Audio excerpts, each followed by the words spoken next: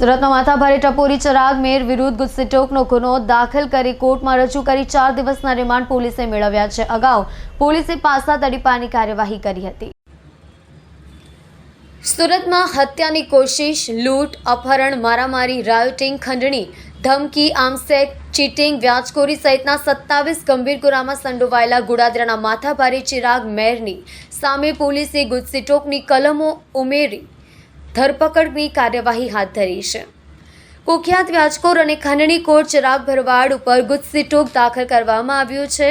ચિરાગ મેર ઉર્ફે ભરવાડના 4 દિવસના રિમાન્ડ કોર્ટે મંજૂર કર્યા છે। ચિરાગ ભરવાડ પર 27 જેટલા ગુના દાખલ થયા છે। ઉત્તરાયણ વિસ્તારમાં રૂપિયાની લેતી દેતીમાં યુવક પર જીવલેણ હુમલો કરનાર ચિરાગ ભરવાડની ગેંગના સભ્યોના પણ જામીન કેન્સલ થશે। તમામની ગુસ્સીટોક હેઠળ અટકાયત કરવામાં આવશે।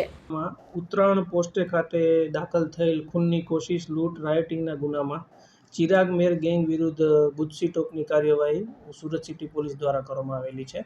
જેમાં સાયબર ક્રાઇમ સેલે આ ચિરાગ મેર ગેંગના મુખ્ય સૂત્રધાર ચિરાગ મેરને કોર્ટ પાસેથી 4 દિવસના રિમાન્ડ અનુસંધાને ગિરફ્ત કરવામાં આવેલ છે।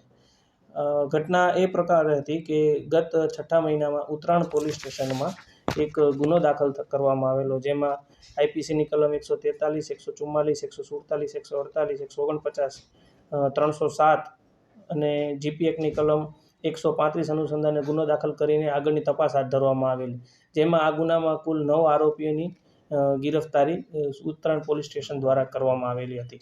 જે તપાસમાં તેવું જાણ થતાં કે આજે એક ચિરાગ મેર જે ગેંગના લીડર છે તેઓએ ઓર્ગેનાઇઝ ક્રાઇમ સિન્ડિકેટ રચી છે અને સતત તેઓ ગેરકાયદેસર પ્રવૃત્તિ અને ગુનાહિત પ્રવૃત્તિમાં રાચેલા રહીને કન્ટિન્યુઇંગ અનલોફુલ એક્ટિવિટીની કામગીરી કરી રહેલા હોવાથી સમાજમાં ડરની ભાવના વધુ રહેવાથી તેની વિરુદ્ધ ગુસ્સીટોકની કાર્યવાહી સુરત સિટી પોલીસ દ્વારા કરવામાં આવેલી છે।